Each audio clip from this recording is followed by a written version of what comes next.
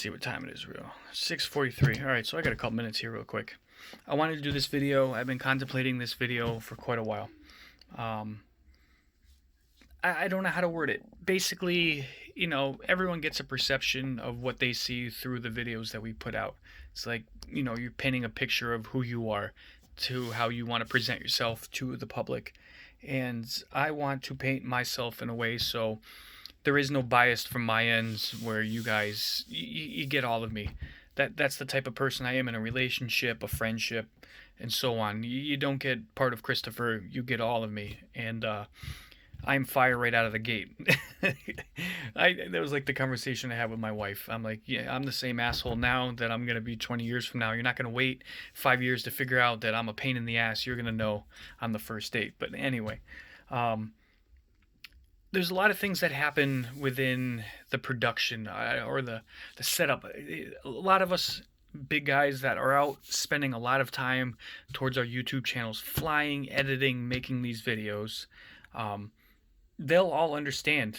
And I think the consumer, the people that watch the videos, will also get the concept of, I edit a video the way that I want. There's crashes you edit out. You transition certain ways to make the audience feel a certain way. That's in TV shows and everything else do that too. It's perception. And I have the mentality where I want to show all sides of who I am. There's lots of stuff that go on that you guys never see, never talk about. And I want to change that momentum a little bit. For example, I flew 2 weeks ago, early Saturday morning, at a playground. Not Summers Mill Pond, the one before that. I can't remember what the hell it was called. Frostbite Sunrise or something like that. It was the one with the two hawks. I get there, I set up, have the controller on, plug this guy in, do a little arm test, everything's great. I throw on my goggles, and I went to go plug in the battery. I'm like, wait, the battery's already plugged in. Lots of swear words. Thank God there was nobody else around because the sun had just come up. I threw a man tantrum. I left the goggles plugged in from testing and tuning the night before. Everything was charged but that. So instead of packing up and going home and getting angry, I stayed there, threw my man tantrum, and did what I had to do. I flew line of sight. I got all these shots, and I don't know what you want to say. I picked certain lines and flew and did things I wanted to do. And I didn't see those hawks at first until I was flying and I heard them. So I was like, I'm going to take that tiny little thing and I'm going to fly it that far away, line of sight, which was just a little speck out there towards those hawks and do all that stuff. I enjoy line of sight. It has its perks, and it's a pain in the ass because depth perception, if you're not close to the quad when you're trying to get a shot, it can be challenging. But I thought I pulled it off. Everyone was like, wow, great FPV flying, da-da-da-da-da. That was all line of sight. That was all editing. Certain cuts, anywhere you saw me in it, I edited that part out. That is an example of perception on, I turned a rotten apple into a delicious dessert somehow. I was able to still salvage the footage and make something of it, and you guys enjoyed it. But it was line of sight. So yeah, that's one of those things. And there's a lot of people that have all kinds of screw-ups or really bad footage, and they just throw it away and don't use it. And I'm guilty of that too. There's plenty of days where you just not in the groove, or the camera happened to be a little loose or something, and you got judders, or it wasn't tuned right, and you just toss it away. I think we should start showing that. Show the trials and tribulations that we go through to present content for everybody to watch. Another example, Tata's here. I did that video over Summers Mill Pond, Why I Fly. Brand new props I had put on it.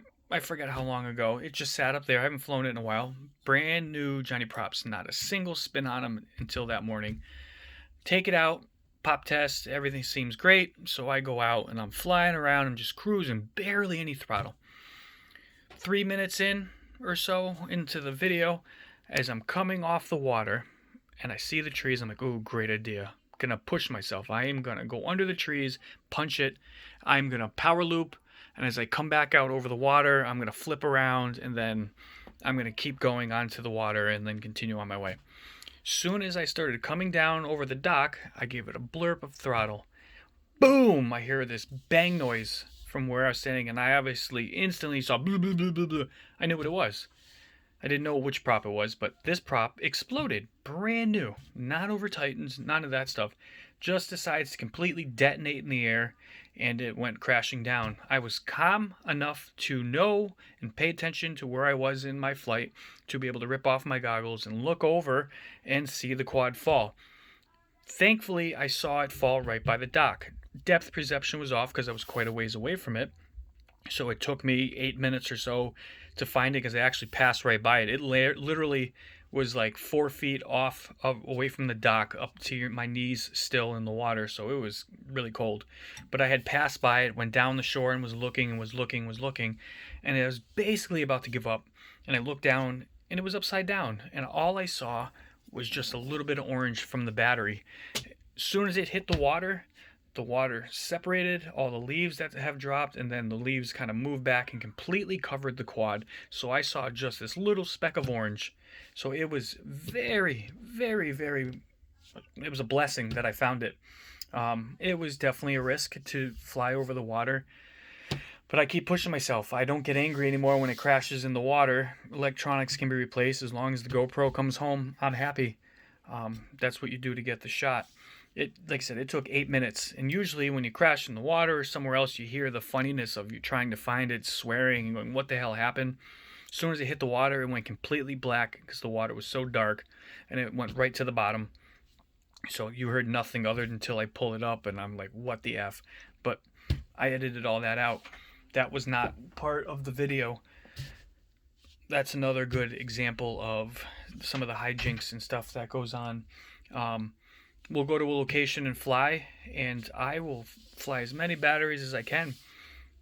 And maybe I'll only use 2 of those flights. If I don't feel the video, if I don't feel the footage, if I can't find a song, sometimes I don't post it. That's just the way it is. But before I run out of time and cut my video off, share your examples of things that have happened that you've cut out.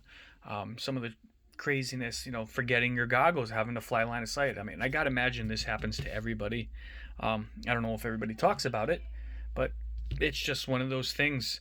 A good example of that, but I actually put a video of it, was when I panicked and took a battery off the quad and put the dead one back in it and went to fly off the bank and went into the water right behind the house. That was a funny one. But on that note, share your thoughts. I'd love to hear what you guys have, and